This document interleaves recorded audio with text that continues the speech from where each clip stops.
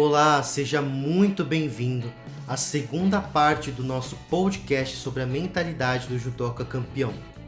Aqui é o Caio Gabriel da Kyoei Academy e nós estamos conversando sobre como a filosofia do judô pode alavancar sua performance no Shiai.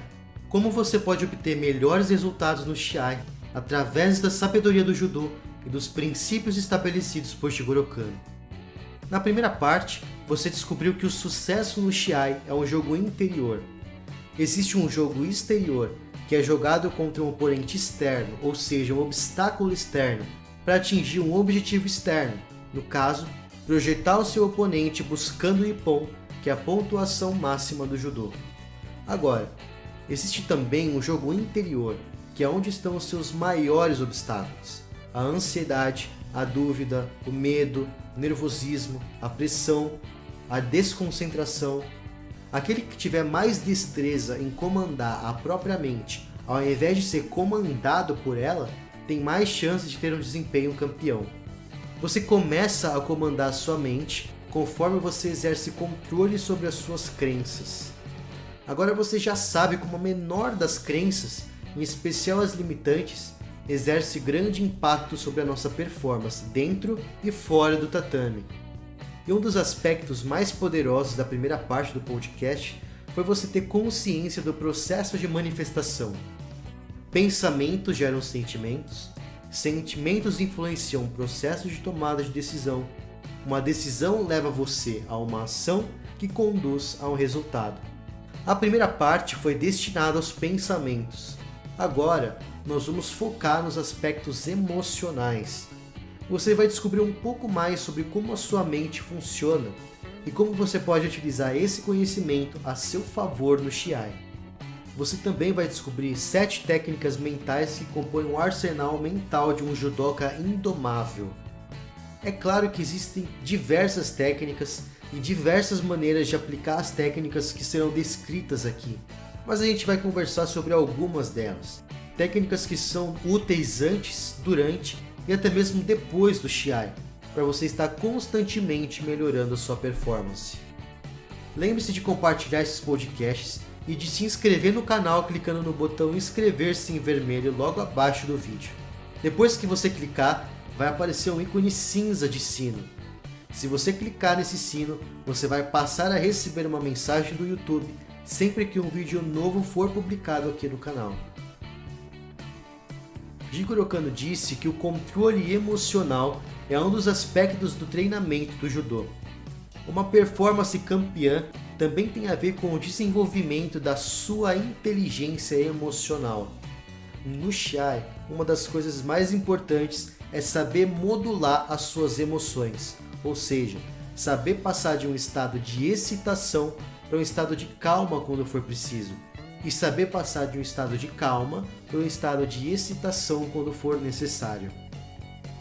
Agora a gente vai conversar sobre alguns conceitos um pouco mais técnicos, mas que são necessários para você entender as técnicas mentais. A primeira coisa que você precisa entender é que, em um certo sentido, você tem duas mentes, a que raciocina e a que sente. Você possui uma mente racional e uma mente emocional. Para ilustrar melhor essa ideia, imagine agora um menino montado em um grande elefante, daqueles gigantescos. O menino representa sua mente racional, enquanto o elefante representa sua mente emocional. É claro que o menino e o elefante são dois personagens fictícios que servem apenas como metáfora para ilustrar o funcionamento da sua mente.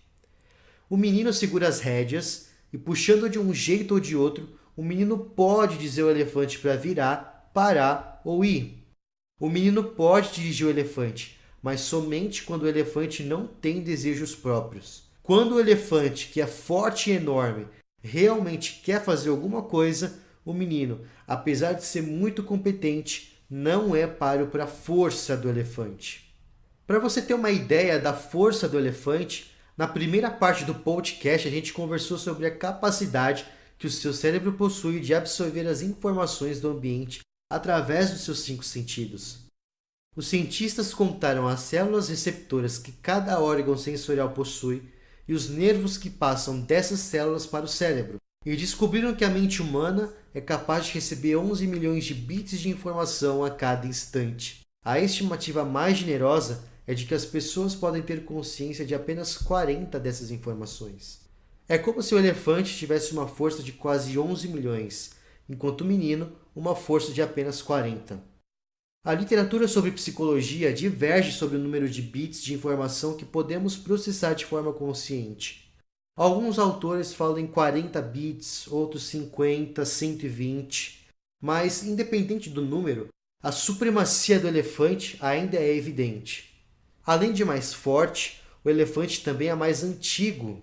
A teoria do cérebro triuno divide o cérebro em 3 partes. A região mais antiga do cérebro é conhecida como croc brain, ou cérebro reptiliano.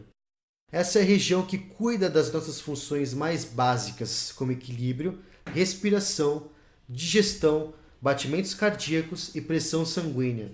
Nós não temos acesso a isso e por isso nem vamos falar mais sobre o cérebro reptiliano.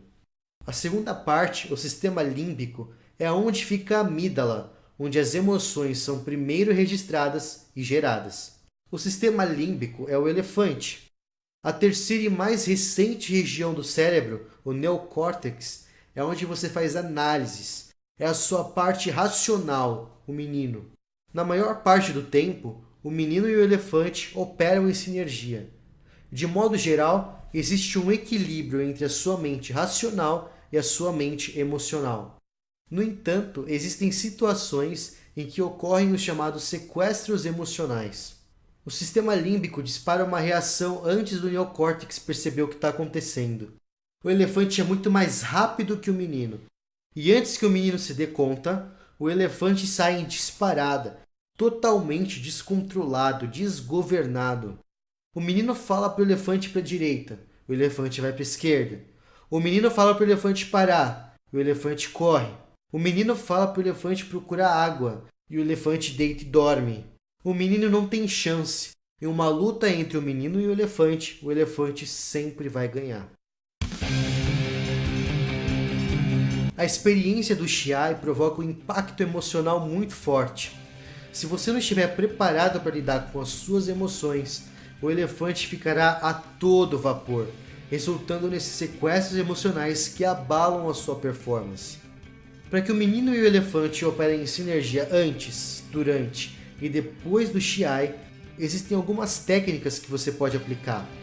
É muito mais eficiente quando você está acompanhado de uma pessoa que entenda e saiba dirigir esse treinamento mental e fazendo as intervenções necessárias.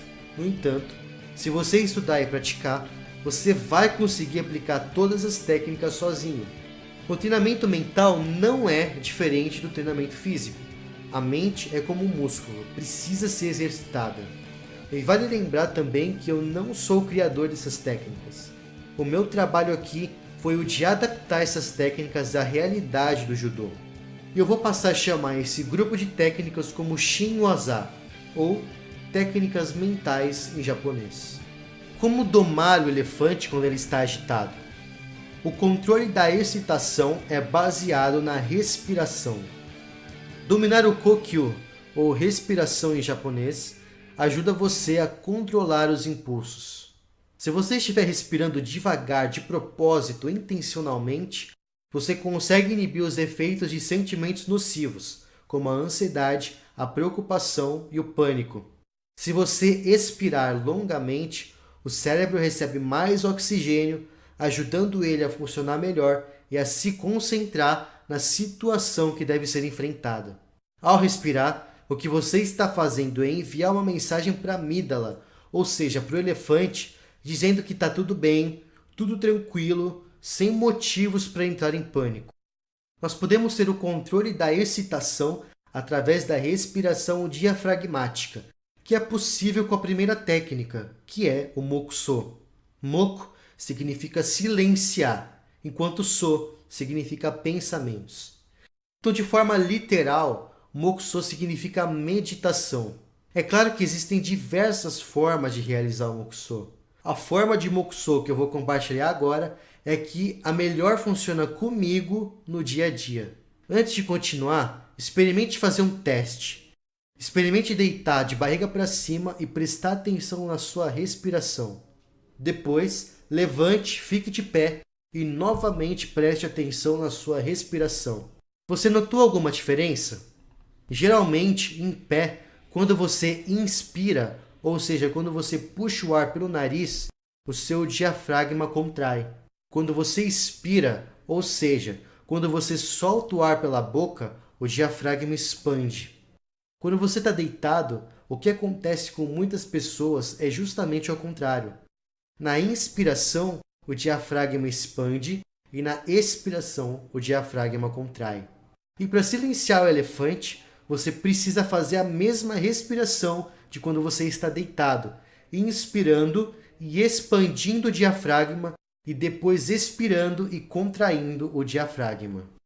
Para começar, você permanece na posição 6A. É importante que os seus ombros e braços permaneçam relaxados. E para verificar se a sua postura no 6A está ereta, você pode inspirar para encher os pulmões. Quando você fizer isso, automaticamente a sua postura será levada a ficar ereta. Agora você vai começar a respirar. Primeiro, você inspira lentamente por 2 segundos, expandindo o diafragma. E depois, expira lentamente por 4 segundos. E você começa a sentir a respiração fluir pelo seu corpo. Quanto mais você dominar esse exercício, mais você pode prolongar a respiração. E mais para frente, você pode inspirar 3 segundos e expirar 6 segundos. Depois, inspirar 4 segundos e expirar 8 segundos, sempre devagar, com calma, bem tranquilo. Então essa foi a primeira técnica, a técnica do Mokuso. Agora, a gente vai conversar sobre o controle da sua fisiologia. A sua mente e o seu corpo são associados. A mente controla o corpo controla a mente. E muitas vezes, sem perceber, a gente acaba adotando uma fisiologia de poucos recursos. A gente fica cabisbaixo com os ombros caídos e o corpo rígido. O resultado é que essa sua postura vai influenciar negativamente o seu estado emocional. A tendência é que você permaneça em estados emocionais enfraquecedores. Só que, se o seu corpo é capaz de controlar a mente, você é capaz de fazer o processo inverso. Se você adotar uma fisiologia de muitos recursos, a tendência é que o seu estado emocional contribua para a sua performance, fazendo com que você se sinta confiante, impávido, resoluto. Descobertas recentes na psicologia revelam que passar 2 minutos em uma postura corporal de dominância altera aspectos tanto psicológicos quanto fisiológicos. Em uma pesquisa, os participantes que adotaram posturas fortalecedoras por apenas 2 minutos tiveram um aumento de 20% no nível de testosterona, o hormônio da dominância, e uma redução de 15% de cortisol, o hormônio do estresse. A partir do momento que você passa a prestar atenção na sua fisiologia, você passa a ter consciência de quando a sua postura está fortalecendo e enfraquecendo você. Se você percebe que a sua fisiologia está te enfraquecendo, você pode rapidamente intervir nessa situação e logo adotar uma fisiologia poderosa de muitos recursos. Você pode adotar uma postura corporal de dominância através da segunda técnica, que eu chamo de Ryoku no Kamae, ou postura de poder. E para ficar bem fácil lembrar, você vai adotar a postura igual à pose do super-homem, com as mãos na cintura, o peito e os braços bem abertos. Alguns poucos minutos nessa posição elevam o nível de testosterona, fazendo com que você se sinta mais confiante para lutar. Essa é uma postura bastante interessante de se utilizar quando você está ali bem na beirada do tatame, esperando a luta que está acontecendo acabar, para que depois você possa lutar. Outra coisa sobre a qual você precisa ter domínio é sobre o diálogo interno. A sua mente constantemente gera esse diálogo interno, aquela conversa dentro da sua cabeça. Isso é o resultado de partes diferentes do seu cérebro pensando e concorrendo pelo seu comportamento. Faço ou não faço isso? E se eu fizer, X acontece. Se eu não fizer, Y acontece. A sua mente fica presa no futuro, nas possibilidades ou no passado, ao invés de permanecer no presente, no agora, aqui. Isso muitas vezes cria um conflito que perturba a sua performance, tirando o seu foco e a sua concentração, e um barulho mental que impede você de focar na luta em si. O padrão da sua mente é estar no chamado modo devaneio. Esse é o estado de atenção no qual você fica quando não há nenhum pensamento que exija sua atenção ou quando você não está engajado em alguma tarefa. É como se o menino fosse sequestrado pelo elefante quando a sua tarefa atual é monótona. O problema é que o modo devaneio é a oficina do elefante.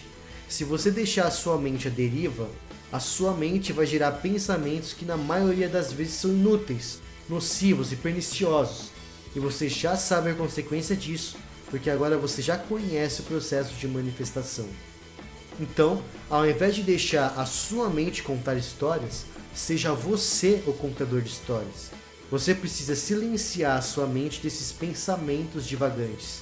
Você comanda a sua mente, e você pode fazer isso substituindo conscientemente os pensamentos aleatórios e divagantes por declarações, a fim de direcionar o seu pensamento e o seu comportamento de forma eficiente. E essa é a terceira técnica sobre a qual conversaremos agora, o Sengen Waza, a técnica das declarações. As declarações têm o poder de mudar instantaneamente seu estado emocional ao pronunciar frases poderosas e positivas sobre algo que é verdadeiro ou que tem potencial de ser verdade. Quando você declara algo poderoso e positivo, você sai desse modo devaneio e embarca no chamado modo executivo central. Quando um modo está ativo, o outro não está. Nesse caso, quanto mais você suprime o modo devaneio, maior a precisão alcançada no desempenho da tarefa que está realizando. Porque as declarações transformam medo em confiança, aumentando a sua concentração, reduzindo a autocrítica, aguçando suas habilidades e ajudando você a lidar com a fadiga das lutas e até mesmo ajudando a tratar lesões. Eu tenho uma declaração que eu uso sempre no dia a dia, que é: a prosperidade é meu direito. A prosperidade é meu direito. É uma declaração positiva. Ela afirma algo que eu tenho convicção ou que eu quero. E não é algo que eu não quero ou negativo. Essa declaração também é presente. Eu não declarei que a prosperidade será o meu direito. A prosperidade é meu direito. E finalmente, a declaração também é concisa e fácil de lembrar. E esses são os 3 ingredientes para você criar suas próprias declarações.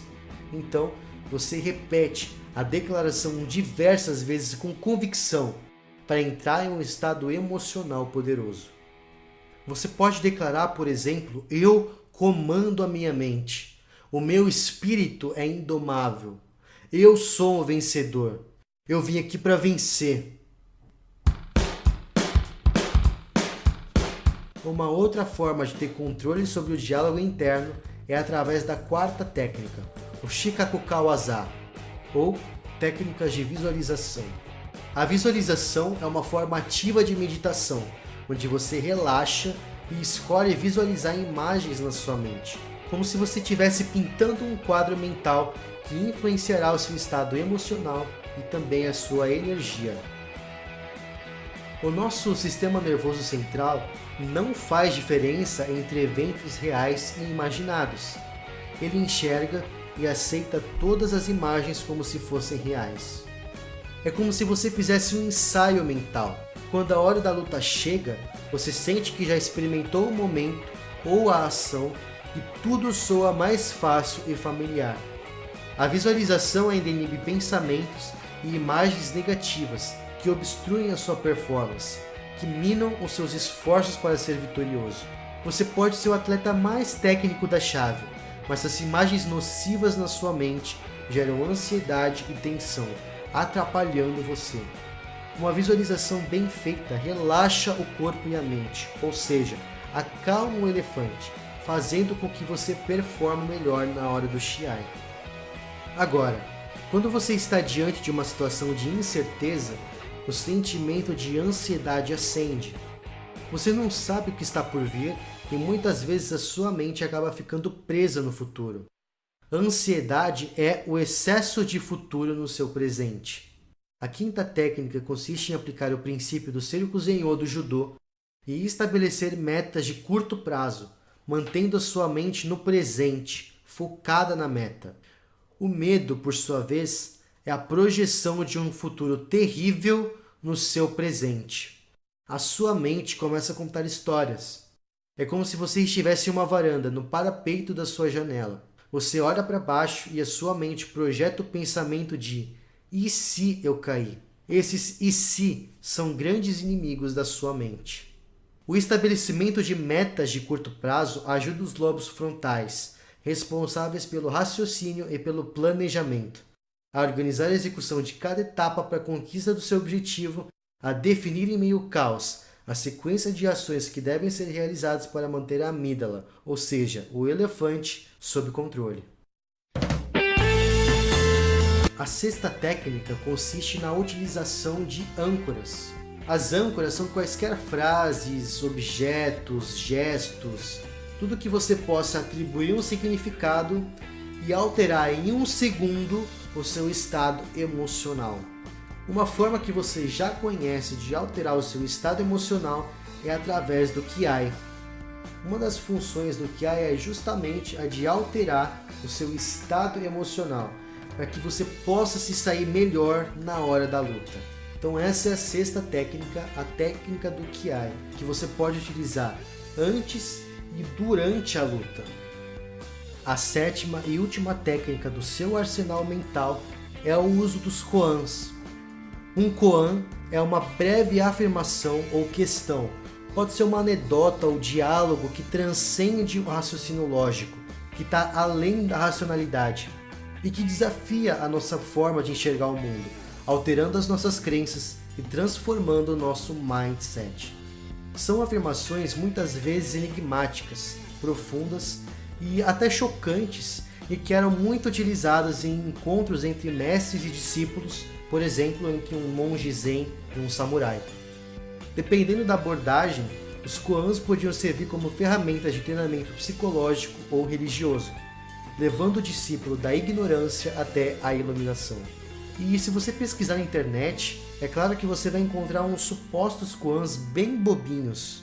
No entanto, existe um seleto número de koans que são realmente úteis. E neste podcast a gente vai falar sobre um koan. É muito interessante você ter um caderno ou um bloco de notas onde você possa registrar koans fortalecedores, koans que realmente transformem o seu mindset. E o koan que a gente vai conversar agora é: você não é a sua mente.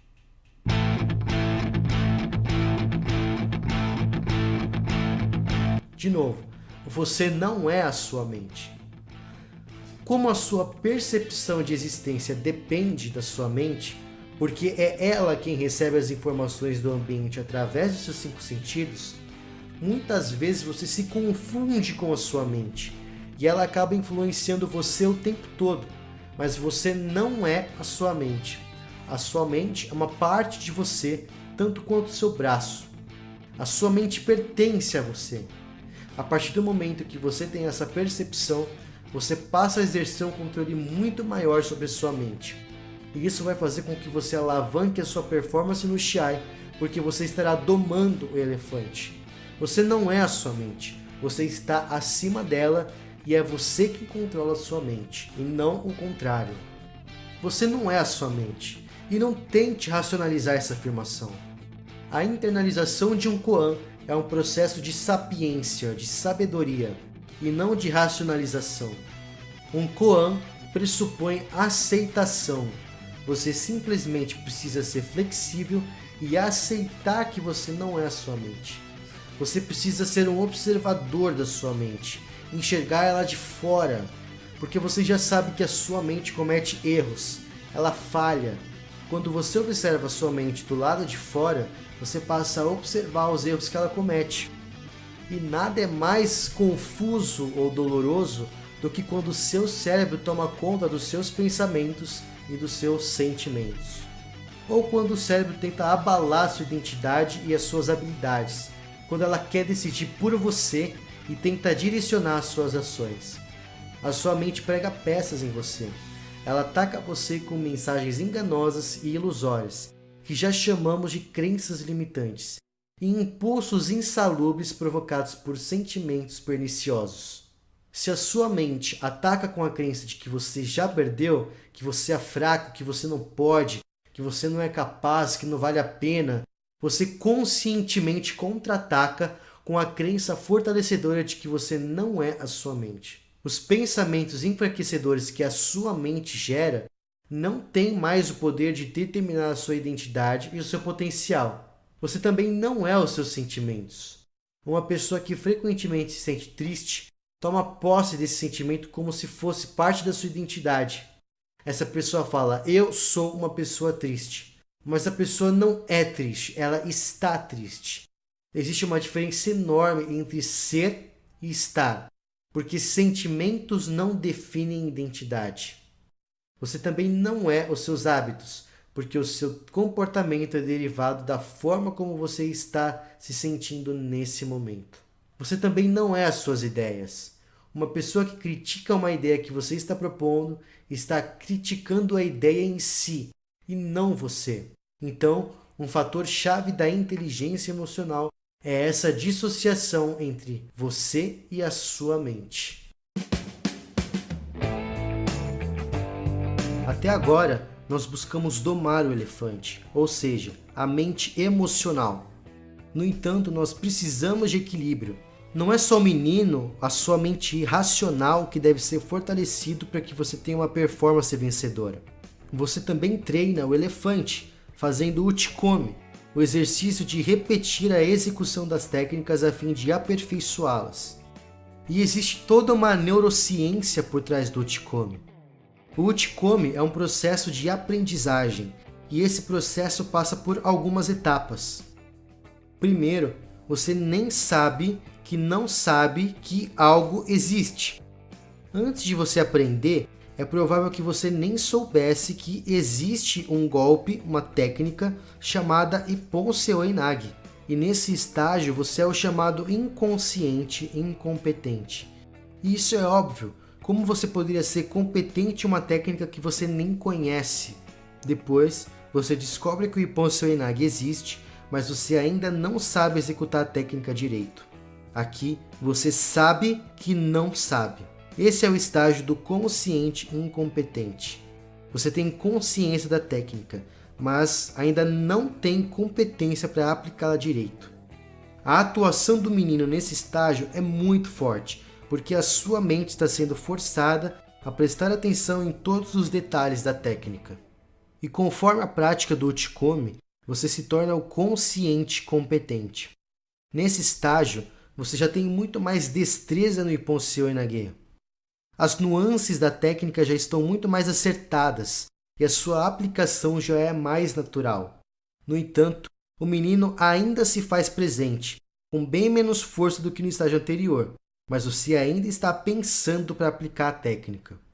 Finalmente, você chega ao estágio do competente inconsciente. Aqui, mais uma vez, você tem destreza na aplicação do Ippon-se Oenage, mas você nem precisa pensar para aplicar a técnica. Ela simplesmente flui, acontece de forma automática. Em outras palavras, você transformou o Ippon-se Oenage em um hábito. Você treinou tanto que a competência passou do menino para o elefante. O Uchikomi aquieta o menino e transforma a responsabilidade do menino para o elefante. O Uchikomi aquieta o menino e transfere a responsabilidade do menino para o elefante.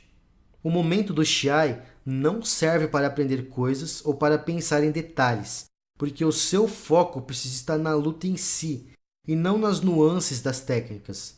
Você já sabe que o seu cérebro tem uma capacidade de atenção limitada, e quanto mais atenção você dedicar aos detalhes, e quanto mais informação existir na sua mente consciente, menos eficiente será a sua performance.